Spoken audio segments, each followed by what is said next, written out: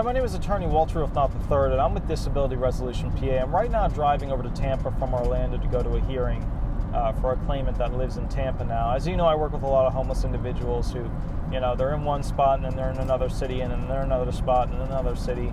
So what I'm going to be doing is driving over to Tampa to do this hearing, but in the meantime, I want to go over some of the questions you should be asking yourself when you're applying for disability benefits, specifically for musculoskeletal-based limitations. Let's talk about that. Musculoskeletal-based limitations, very important group. A lot of people fall into it. These are people with your arthritis. These are people with your spine issues, spinal stenosis, your joint issues, your amputation issues, etc. Let's go over some of the questions that you should be asking yourself if you want to fit into this category and why this category is relevant to you. Now, if you're not sure what a listing is, basically it is a grouping of categories that have disabilities in them.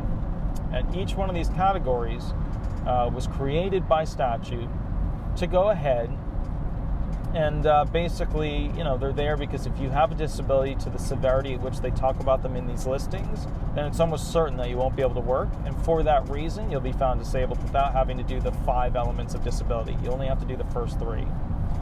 So what we're talking about here is you want to be able to fit into these listings, but they are very, very, very severe. Okay, so let's talk about that. Here are some of the questions that you should be asking yourself to see if you fit into the 1.0 musculoskeletal-based listings. Do you experience prolonged periods of immobility for at least 12 months? Do you experience prolonged periods of immobility for at least 12 months? Do you have long periods, Do you have long periods of healing or recuperation for at least 12 months?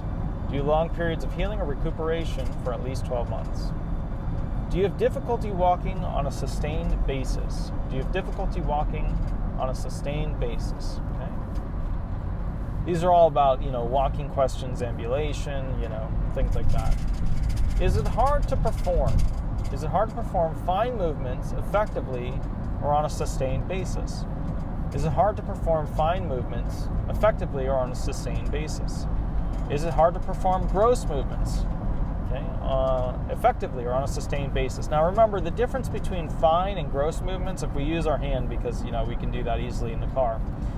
Fine movements with our hand are like fingering, like typing on a keyboard, stuff like that.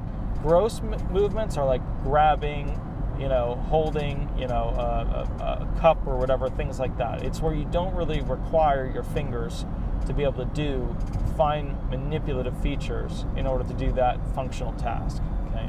So that's what we're getting at there. And then you can apply that to different parts of your body, okay? Do you have difficulty independently initiating activities?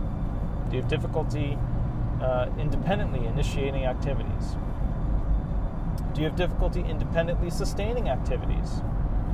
All right. Do you have difficulty independently completing activities? Do you start stuff and not finish it, etc.? Is it hard to sustain a reasonable walking pace over a sufficient distance? Is it hard to sustain, a reasonable walking pace over a sufficient distance? We're talking about 20 feet, 30 feet, maybe, let's say 50 yards to 100 yards, football field. Okay. Is it hard to walk far enough to complete your basic activities of daily living? Is it hard to walk far enough to complete your basic activities of daily living? Okay. Do you need someone to assist you with traveling to school? Do you need someone to assist you with traveling to work? Now remember, if you're working, it hurts your chances of being found disabled because it goes against, in part, element 1 of the 5-step sequential process. Do you require a walker to ambulate effectively? Do you require a wheelchair to ambulate effectively? Okay. Do you need someone to, we already did that. Do you require 2 canes to effectively ambulate? Do you require 2 crutches to effectively ambulate? Now, why are we talking about all these things? The statute, when it comes to your ability to walk, usually requires 2 crutches, 2 canes, a walker, or a wheelchair, or something that, from an orthopedic ambulation-based standpoint, assists you with getting from point A to point B. It could be a knee sling or a knee scooter or whatever they call it. Could be any one of those devices. Could be something like a boot that you're wearing, etc. Okay. Are you unable to walk a block at a reasonable pace? Are you unable to walk over uneven surfaces, such as tree branches?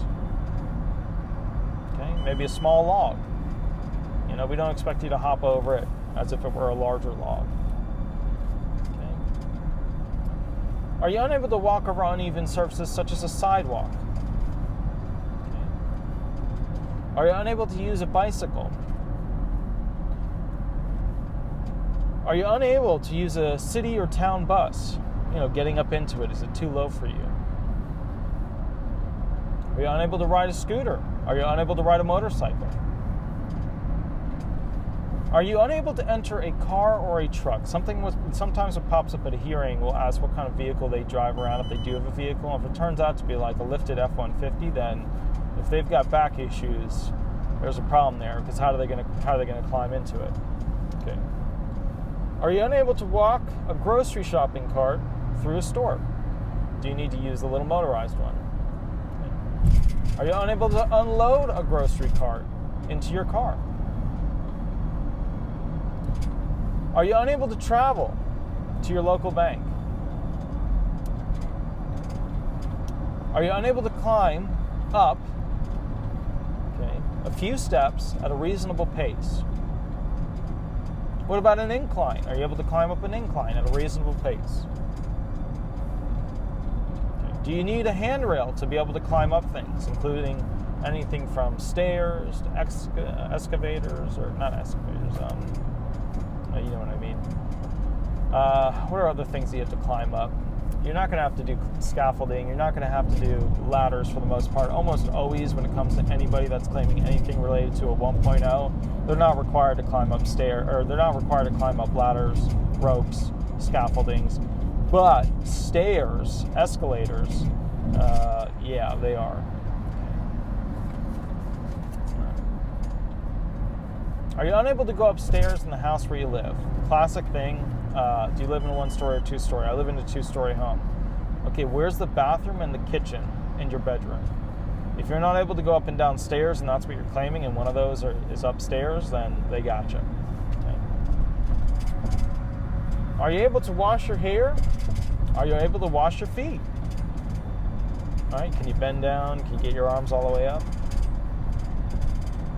Do you need to lean or sit on something while trying to take a shower?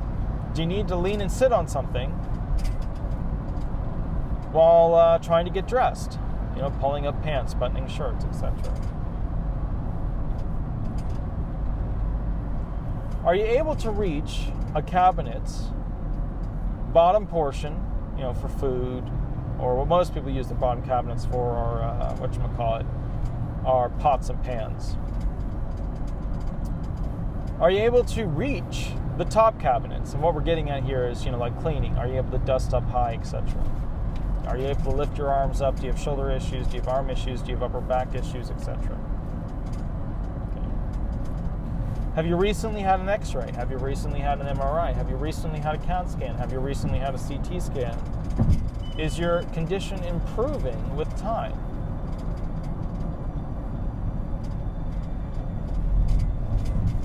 Let's go over some more. Are you able to walk to the mailbox without stopping? Able to walk to the mailbox and back without resting? If you do have to rest, how long do you have to rest for? Do you go for walks to clear your head? If you're claiming back issues and, 12.0, let's say 12.04, you got depression, people get on your nerves, you go for a walk, you clear your head. That's going to, all of a sudden you're walking and your back problems must not be that bad because you're able to walk and you use it as a form of healing. Let's get this adjusted. Okay. Do you tend to shift in your chair after a certain period of time? So do you have to move around in your chair after 10 minutes, 15 minutes, 20 minutes, whatever? Do you wear special shoes? And we're back to that whole orthopedic idea. Do you have to wear something to help assist you get through these painful times?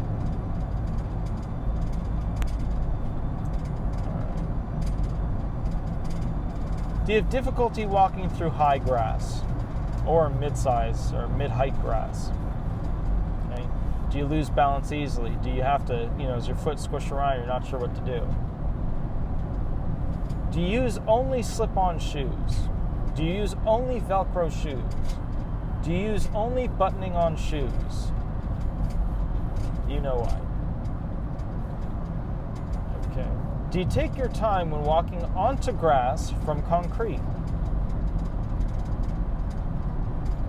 Are you unable to bend a joint that you used to be able to bend? Were any body parts removed? That's your whole amputation situation. Have you had more than 3 surgeries on a particular body part over the past 3 years? Have you had more than 3 surgeries? And what we're looking for there are failed surgeries. So if you keep trying to have surgeries and they keep failing, that's what happens. Okay, we need that because it shows that there's an unlikely result of you going back to work because all these surgeries keep failing. Are you a drop risk? Are you a fall risk?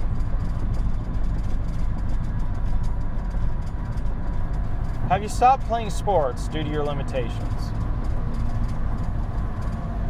Are you unable to lift grocery bags into your cart and out of your cart, or into your car and out of your car, or onto your top shelf, or whatever shelf you have at your house, in your kitchen? Basic kitchen functions. Do you currently have any wounds that you protect? Are you unable to lift the laundry basket? Do you have difficulty stepping in and out of the shower? Do you utilize at any point an electric wheelchair? Do you utilize an electric, it's an electric stair chair, which is basically where you sit on. Not everybody knows what these are, but it's installed onto your staircase, and then you sit on it and it takes you upstairs. It's just a chair that is motorized, takes you up. Do you have continuous medical treatment on your record? Are you able to write cursive words? Are you able to write block words? Are you able to write print letters? Are you able to write your name, scribe your name, etc.? That's that whole fine manipulative function with your hands. Like typing, you got to use your fingers when you're writing. Do you tend to cut yourself while shaving? Shows lack of ability to control hands. Hands might be shaking. Are you unable to stay outside due to the sun? A lot of people have medications that limit their ability to stay in the sun. Are you unable to fill a car's tire with an air compressor? Are you able to pull off the little knot, the little cap? Are you able to go ahead and fit it onto the thing, etc.?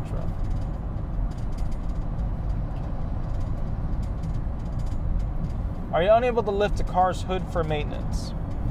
All right, doing that function of down here to up here. If you work out, you know what that feels like. But a lot of disabled people, they can't lift the hood. So if they broke down on the side of the road, how are they going to get to their job? They're going to have to call AAA. How are they going to afford AAA if they're making a small amount because they're so disabled? They have so many impairments.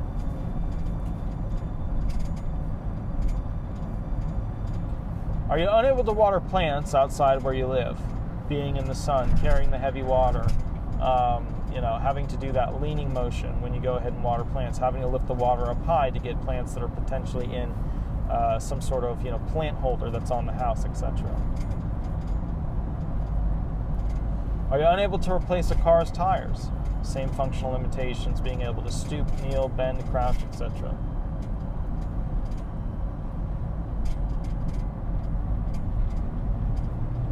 Are you unable to receive medical treatment that you used to be able to receive? Have you run out of money? Do you not have insurance? Are you unable to get transportation to the location? Are the medications causing you more harm than not? Are the tests likely to cause you more harm than not? Have you done multiple injections and you've lost faith in their ability to actually heal you? Are you looking at a surgery that's particularly harmful, like back surgery, any back surgery?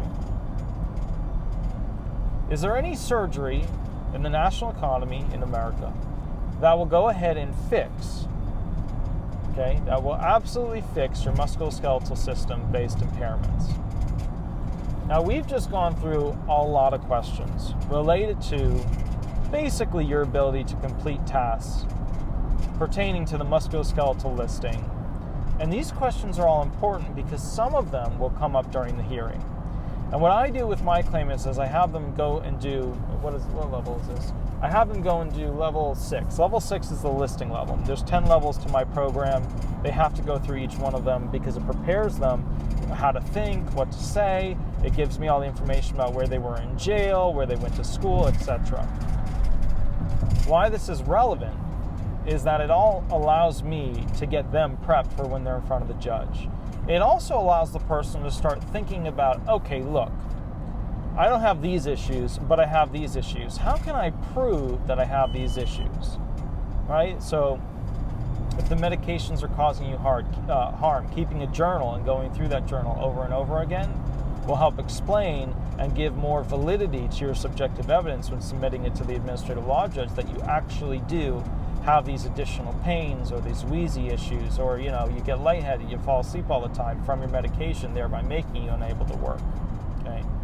Remember too, you can be very, very severely disabled but not get a severe residual functional capacity limitation, which means that you can still, unless you meet a listing, not be found disabled.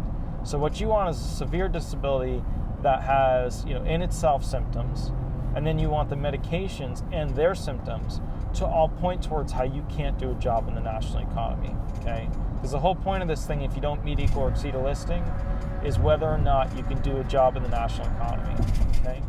My name is Attorney Walter Rudolph Hnot III. I'm driving to a hearing in Tampa. We're going for a good drive, and basically on the way back I'll make some more videos and I'll do some more of these listing-based questions, all right? The musculoskeletal one is usually easy for you guys to kind of comprehend because it's physical stuff. Some of the other ones, like the thyroid ones, those are a little bit tougher, but I'll go through them nonetheless. If you want a custom video made about a particular topic, that's fine. Shoot me an email or give me a call. If you would like, up-to-date information on one of these particular topics, that's fine. Shoot me an email or give me a call. If you have a hearing coming up, I will represent you guys, but I usually need at least a month to go ahead and buy all of your medical records. So the first thing out of your mouth is, if you want me to rep you for a hearing, make sure you tell me it's in a month, which means I know I have to spend that night writing out directive letters to send them out and start building your claim and have that brief written by next week. All right? My name is Attorney Walter Rudolph Hnot III. You have an absolutely wonderful day. I'll catch you a little bit later and we'll go from there. Thanks so much. Bye-bye.